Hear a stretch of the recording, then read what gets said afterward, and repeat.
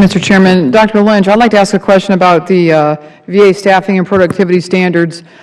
The IG that was here a couple of weeks ago made an interesting kind of assessment. He pretty much said, be careful what you wish for to our committee in this issue of fee-basis care versus VA care. So I did some investigation in my state. I learned there are a number of VA hospitals, including the one in Fort Wayne, Indiana, VA Medical Center, that are not functioning at full capacity. They're turning patients away, sending them to non-VA hospitals due to a lack of appropriate staffing or facilities. In this case, the Fort Wayne VA, their ICU is closed.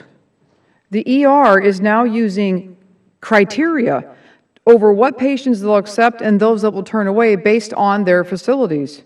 By paying for non-VA care, in addition to operating half-empty hospitals, VA appears to be paying for two systems of care.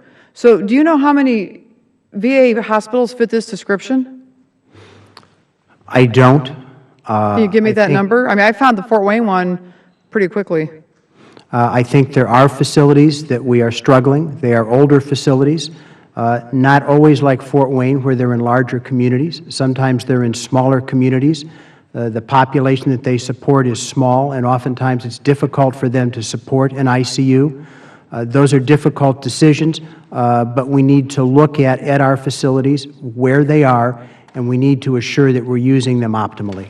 And then I guess my follow-up question would be what the IG warned us about, which is who is looking at those numbers to figure out, for example, in Fort Wayne, those numbers for fee-basis care are skyrocketing every year. Well, once I looked at that and found out there's no ICU and they're using criteria who they can take and who they can't take, they may have to send somebody to cross the street for some kind of a risk-basis procedure because there's no ICU.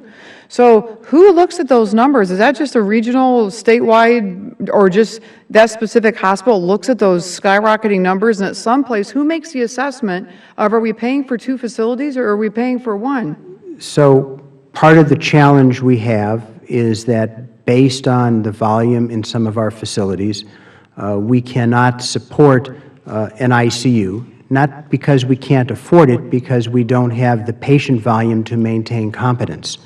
And so there's a balance, and oftentimes it's felt that because of the volume and because of the competence, it is better to send these patients into the private sector. I understand your concern, and we do need to look at where our costs are going and how we're using our facilities. So we do need to look at, or is somebody actively looking at this now that all this information really is coming to us from the Inspector General? Is something ongoingly look at that to see this cost-benefit analysis of what are we paying for? Are we paying for two systems? Or is that something you're going to look at in the future? I don't know whether we have an active exercise in place, but we certainly do need to have one moving forward.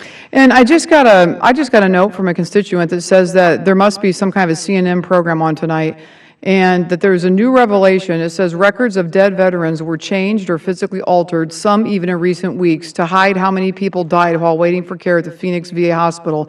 A whistleblower told CNN in stunning revelations that point to a new cover-up in the ongoing VA scandal. Deceased, quote-unquote, notes on files were removed to make statistics look better so veterans would not have to be counted as having died while waiting for care. And the quote is from Pauline DeWinter. So you've been to the Phoenix facility 4 times. Are you aware of this new revelation? I'm not aware of the revelation. I am aware that the OIG is looking carefully at all of the deaths that occurred. I do not know of any attempts to hide deaths, Congresswoman.